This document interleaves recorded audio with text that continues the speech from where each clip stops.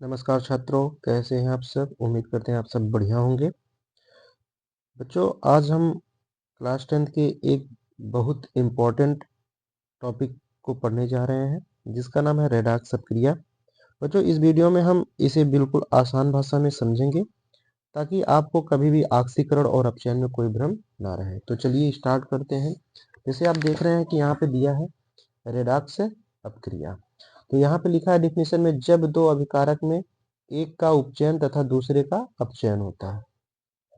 ठीक, एक का उपचयन हो और दूसरे का अपचयन हो तो उसे हम क्या कहते हैं? रेडॉक्स अपक्रिया कहते हैं। जैसे एग्जांपल दिया है, यहाँ पे आपके पास कॉपर ऑक्साइड दिया है और हाइड्रोजन गैस दिया है। अगर कॉपर ऑक्साइड और हाइड्रोजन गैस का हम अपक्रिया करा रहे हैं तो हमको मिल रहा है कॉपर, ये ना, कॉपर मिल रहा है और हमको H2O जिससे जल मिल रहा है। ठीक, तो आप देख रहे हैं कि जब रिएक्शन करा रहे हैं तो अभिकारक क्या हो रहा है? रिएक्शन के बाद आप देख रहे हैं यहाँ पे कॉपर से ऑक्सीजन क्या हो रहा है? हट रहा है। और उसके बाद हाइड्रोजन क्या हो रहा है? ऑक्सीजन से जुड़ रहा है।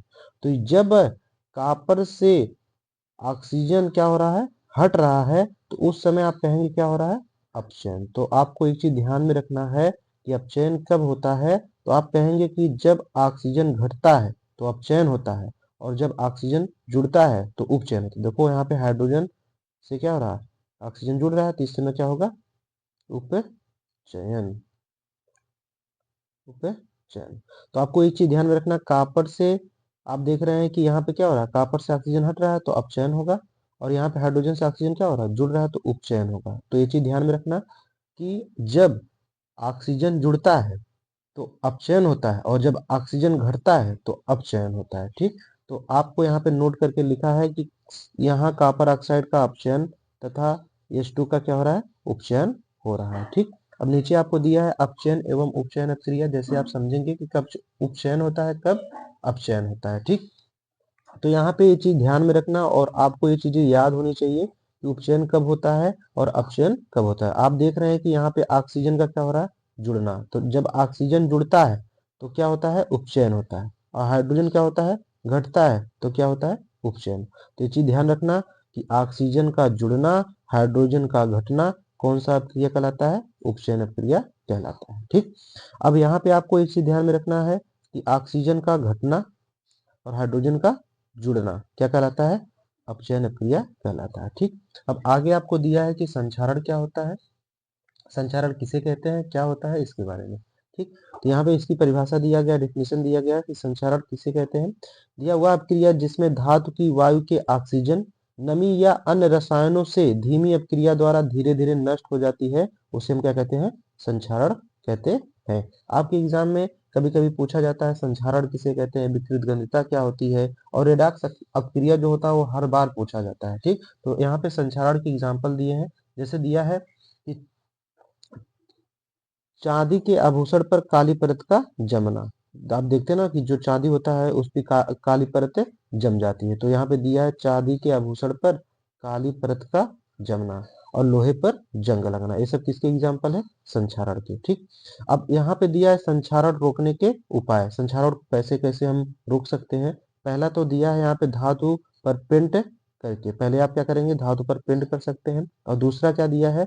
अन्य धातुओं की परत चढ़ाकर, अन्य धातु की परत चढ़ाकर। ठीक, आगे हम देखते हैं, दिया है विकृत गंधिता।